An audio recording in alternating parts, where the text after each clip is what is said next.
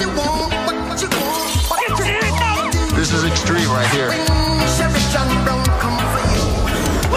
get on the ground!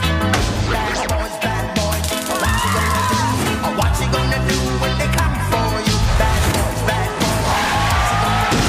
What you gonna do? I ain't got nothing. Take my word and just let me go. Stop! What up, what up, what up? It's your boy Way. We filming. This is the first episode of Live from the Trap. So yeah, what I wanted to touch on, and more so than what I wanted to touch on, reason why I'm doing this channel, I had a lot of inspiration to start and do this channel from friends, from family, from acquaintances, and from watching some people that inspired me. The Minister Jap channel, O'Shea Jackson, Lovely T, another one, Marnie, the wing girl Marnie, and I forget this other young lady. I'm gonna try to give her a better shout out in the next episode when I get her information down pat.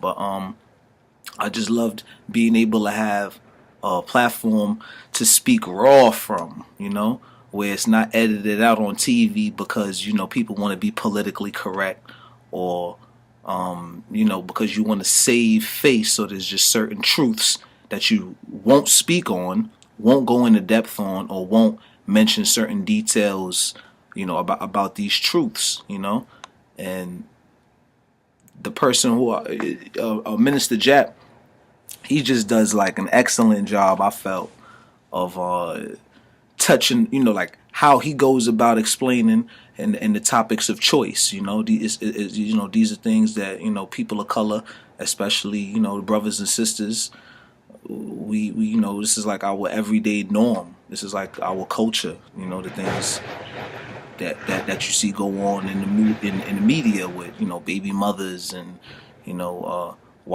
niggas is this and why niggas ain't that, and stagnancy, and why we ain't doing enough, and why we ain't raising our kids as men, and so on and so forth, and all other things that trickle over and into from different perspectives and whatnot, But one issue that I've been seeing a lot of, I dealt with it myself, was stagnancy, man. Being stagnant. Niggas being stagnant, See, the thing with stagnancy is like,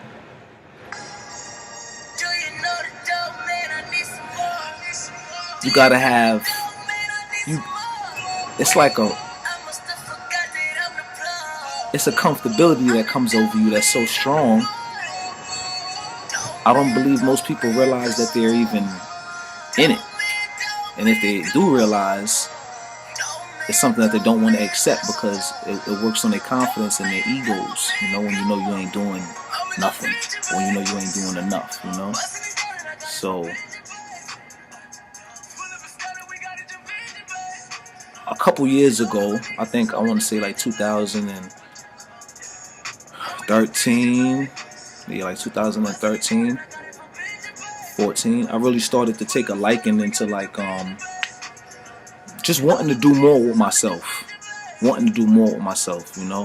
I had fucked up in college a little bit, and like to make up for that, and to make up for for the lack thereof what I was supposed to have at the time, but didn't, because I was playing around, I was hanging out, giving girls more attention and time than needed, giving friends more attention and time than needed, giving my vices more attention and time maybe than needed. And I felt like I needed to start doing something to get back that confidence and that I had lost from knowing that I had disappointed, like my mom, most importantly, and myself. I wouldn't really come to look at it as disappointing myself. It was really like my mom, because I just know it wasn't like she was gonna kick me out or anything. It was just like, you have this potential, and you're not using it like you could be using it. Like we both know she could be using it. So like one of my best friends, my nigga Dawg. He like, you know, he was like very acclimated in basketball, and I was in the ball like slight on the slight. I was slightly in the ball. I was into other things, I was into other things. We'll talk about that later. But he taught me how to play basketball. Long story short, he taught me how to play basketball, and I've just always been a person that I've always wanted to learn. I wanted to learn a lot. I always wanted to know things. I always wanted to know as much as I could learn about everything that I could learn about. And since there's like an infinite amount of things to study and learn and progress in, it's like, you're never gonna master everything. But I knew that, so my thing was to just pick up as much things as I could pick up and get as good at them as I could get in life. So he introduced me to like, I knew how to play ball, but I didn't know I didn't have handle. I didn't know how to create my shot selection. I didn't know how to, set picks and all of that and screens. I just knew, dribble, shoot, layup. That was it. Pass, foul, ball, whatever. And so he broke it down for me, and we would go to the park and we would work out. We would do drills. We would run. I'm talking about we would run from my house. I live in Bedford-Stuyvesant. We would run from my house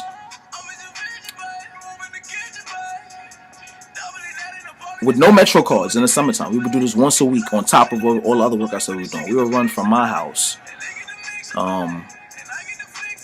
through Bed-Stuy to downtown Brooklyn, across the Manhattan Bridge, through Chinatown, and then come back over the Brooklyn Bridge. And most times I would go back to his crib. He used to live in Crown Heights. That's by Boys and Girls. That's two different neighborhoods. So that's further than from where I was at. So when you add it up, that might have been like 6. I think I calculated the one that was like 6.3 miles. So we used to do 6 miles. So it was conditioning. It was really conditioning. That's how serious I was taking it. We didn't have to do that. We wasn't in no tournament or nothing. We wasn't trying out for nothing. That's just how serious we were. That's how serious we were, and we made ourselves, And I stuck with it.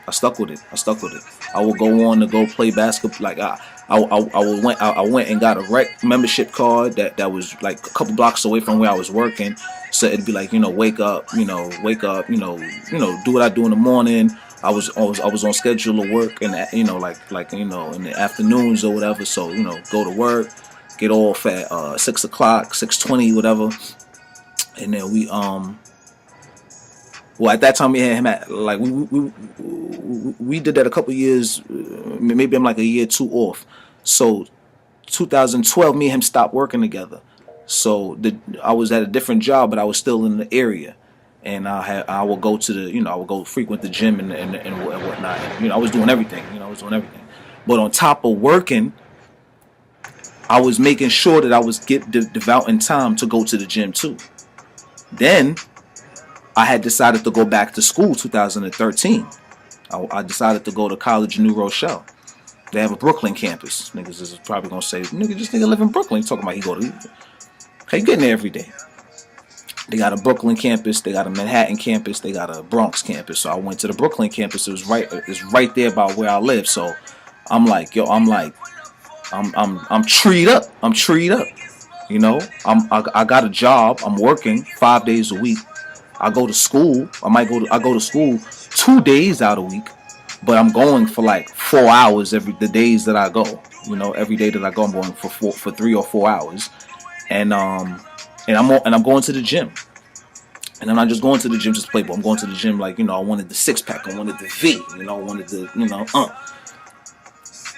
So I was just making sure that I was busy, that I had all my time was accounted for. And whatever time I had outside of those things, I was going to give to my friends and to females and whatnot and whatever. It got so real about 3 years ago.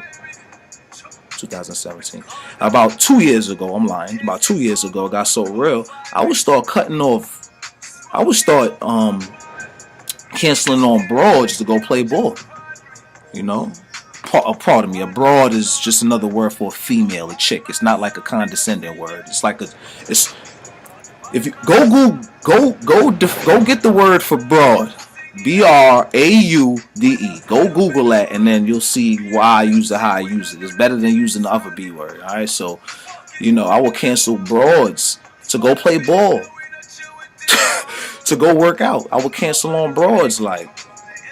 And it could be any broad. It could be somebody who I'm really interested in, who's really talking to, no disrespect. I ain't hit it yet, so I'm really, really working on it, like, or something that I did hit or could hit when I was, no matter who you are, I would rather go to the gym first. And if you with it after, let me go, scrub these nuts, wash these balls, and then we could get up. So, pardon me, I'm up in my attic, so like the vent is right there. That shit is crazy outside. Sounds like a snowstorm. So that's how serious I was. That's how serious I was about having all my time accounted for and wanting to do more with myself. More. So fast forward and coming more a little bit to present day, 2014-15. A friend of mine, shout out to Nika. She was into music. She was a singer. She liked to sing and whatever. And she has a good voice. So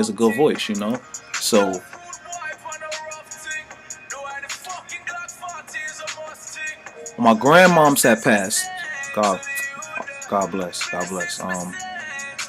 My father's mother. And until everything got situated with the apartment, I would just rock out in the apartment, Not on no 20, 30 niggas, no. Like, me and a friend, me and two friends, me and feel me? Like, it was real controlled out of respect. Like, I'm not, whatever. I'm not like that. Anybody who know me know how I stay. So, she would come over and I would tell her, like, yo, we go work on, or whatever, on the laptop. So I think one day she was like, I think I need your help. I want you to hear something. I think that's how it started. I want you to hear something or whatever, And she, let me listen to the track that she was working on, and I go to school for creative writing, and I'm a big music fan connoisseur. We'll get deeper into that later too. And I was helping her with it, and and we started going. It started going someplace. Like, she was like, "Yo, nigga, that was good. Like, thanks." Like, I'm gonna come over here more. So then she, it became like a regular thing. Like, every other day she would come over and we would work on music.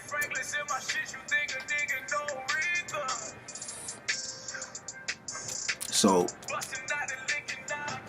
eventually my man, another one of my best friends, GS Music. Shout out the whole at LLC. My nigga Will Miller Films. And shout out to Monty the Mogul. Shout out to my nigga Damo too. Damo's doing his music thing, Hard Body. So shout out to my nigga Damo. Shout out to my nigga Big East. My fault, give all these late ass shout outs, but just whatever. So my nigga GS, he started coming through. And then we really started grinding and getting like on some musical shit, like writing all type of records. I'm not talking about like, I don't know, just rap. Like, we would write R&B. I was writing R&B records. I was writing hooks for rap. We was doing everything. And fast forward and coming to more till present day, I sort of stuck with the music thing from then till now, And I never was trying to be no rapper. I was never trying to be no rapper. Say that again. I just like music so much. I was like, wow, because I go to school for writing, so I'm writing everything. In my free time, I write, short stories, screenplays, poetry, poems. Who don't write poems? I'm writing treatments for videos. I'm writing anything. People paying me to write their papers for school. Feel me? So I'm whatever. I'm valid at this. Don't aside from how I talk. If you see my written work, you probably wouldn't believe that I wrote it. When in Rome. So the music thing got popping, and then I put that in my side seat. Like, so this is something else. That I'm gonna start doing and devoting time to, and then that became one of my hobbies. On top of also writing, like just writing. Like, I would have little writing projects that I would just do personally on the side. Like, like I would just write a 20-page short story about my own superhero character, and it'd be dope because I would run it by my people. I'm a big fan. I'm a big comic book goer too, So, and I love movies. Love movies. So favorite movie is Lean on Me, starring Morgan Freeman. That's my favorite movie too. So, and then after that is like all of the Batmans, from Michael Keaton. Michael Keaton, no, I'm never say from. All of Michael Keaton's Batman work, Christian Bale, and I'm starting to appreciate what Ben Affleck is attempting to do with Batman. I'm starting to appreciate it. Shout out. So, the next thing you know, I really started paying attention, like the vlogging. DJ Academic. Shout out to DJ Academics, man. I'm a huge fan. Shout out to Mr. Rec TV. Jordan Tower Films, I think it is. Started getting into all of them, and I just used to have my hands in so many different things. There was a time when I used to do non-for-profit work. I used to do non-for-profit work, like 2007 to 2009, 2006 to 2006 to 2009. CCM Community Counseling and Mediation. That was my first employment. And I would do like workshops, pregnancy prevalence, STD workshops, financial literacy, gang intervention, and I would be facilitating orally, pause. I'll be facilitating, these workshops with teenagers and the youth, in other words, whatever, right? So, I know what that's where that came from. And I'm working with kids. So on my side time, I used to tutor and coach. Crazy, right? Niggas like this nigga coaching. He just learned how to play basketball a couple years ago. But because I'm a teacher, because I work with kids, I knew how to explain things. I knew how to explain things very detailed and simply so that anybody could understand. So that's why I said, let me try my hand at this. And I was so cool with kids. They would see me playing basketball. We get cool, and then I'm, next thing I'm telling them like, yeah. So when you step back, give a little head fake, and then switch direction, and then come back with you feel me, and then whatever, and that's so I have my hands in so many different things. I will go and volunteer. I volunteered my 2015 summer for this after school program, and they had their basketball camp or whatever. I volunteered it because I love them kids so much. I was like, ain't nobody gonna do it if I don't do it. Ain't nobody gonna just say, hey, you know what, and step up and do it. So I did.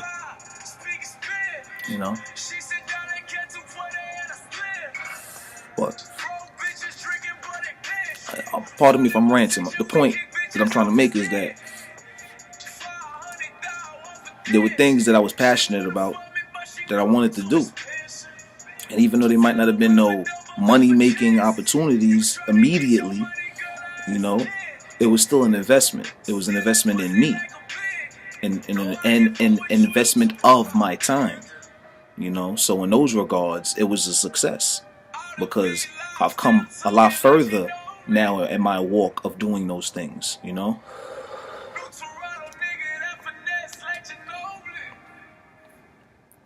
I've grown busier.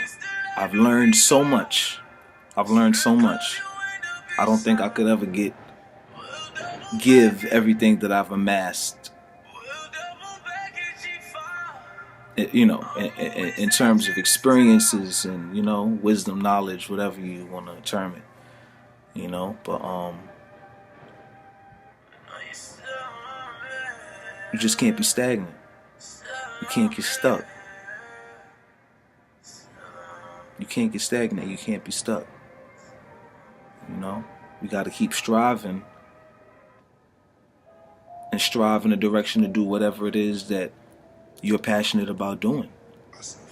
Because those are the things that you're going to do without a dollar sign in front of it. Anything that you're passionate about. So I love working with kids. I love the youth. Because in turn, if you help and mold the youth, you're helping to mold and create the future. So talk about changing the world, Talk about that, So it's deeper than doing things for these broads. It's deeper than doing things to look a certain way for your people. It's deeper than that.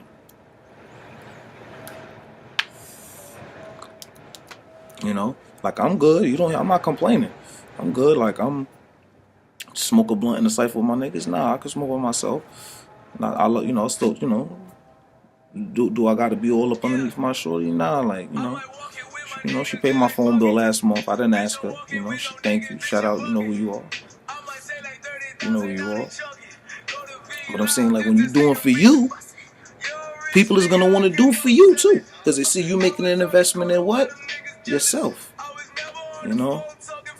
As long as I've been in school, my mom's been supporting me. Not to say that she wouldn't support me if I wasn't in school, but because she sees me trying and striving so hard for my own self-betterment, it's like, yeah, I'm gonna help him.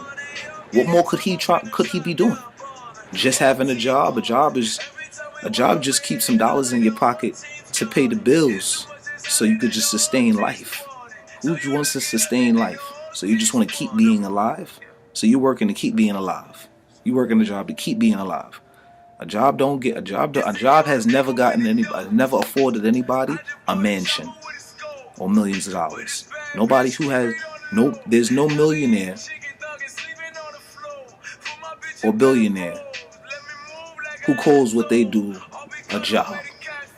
For some of them, it's deeper than even a career. It's like their life's work, or it's like it's deeper than that. So like my thing was never to have a job. Like there was times where I wanted to be a lawyer or a teacher, and just stay and just be that. But you gotta want more.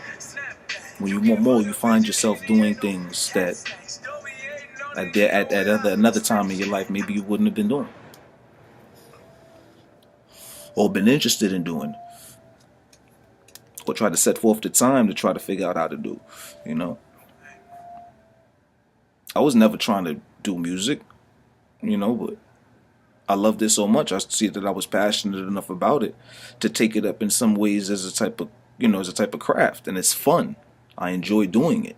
I don't consider it like work. Like, oh man, I gotta go over here and help these niggas record and finish this track. Nah, it's like, oh, all right, we doing it. All right, cool. I'll be over there in like 2 hours. And this is not trying to come at anybody who's within this stagnancy. Pardon me if that's not even a word, but you know what I'm talking about. This is more like the blueprint. This is the way out. This is the way out of that. Find something that you're passionate about. Find some things that you would do for free. Find things that you're already great at. What are some things that you can do that nobody else can do, that people will pay you to do? And if you don't know what those things are, then you need to get by yourself. You need to get by yourself if you don't even know what those things are. Some people say, like they won't even know. Like, what are 3 good things? Not even good things. What are 3 things? What are 3 abilities that you have innately, naturally, that you didn't have to work at, that you possess, that you can use for some type of business venture, for your betterment? Something that could, you could flip it. You could do something with it, earn something off of it. What are those things? If you don't know what those things are, then you got to spend some time by yourself. Because you can get lost in a crowd of people. You heard me. Two-way. You can get lost in a crowd of people, man. You lose yourself. Then when it ain't no crowd, you even more going. Don't get lost in the crowd, homeboys and ladies. Don't get lost in the crowd, man.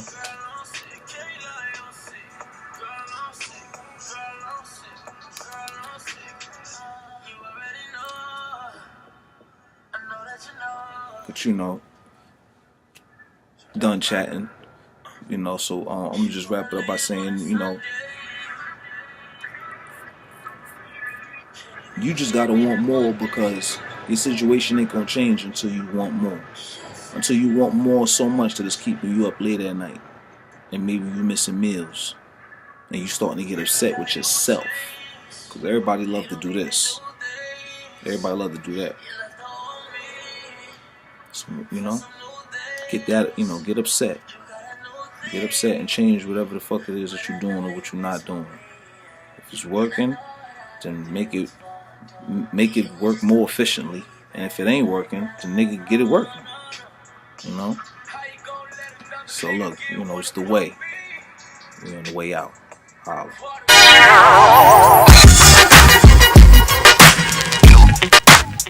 Bad boy. Now it's on the hot track, melt like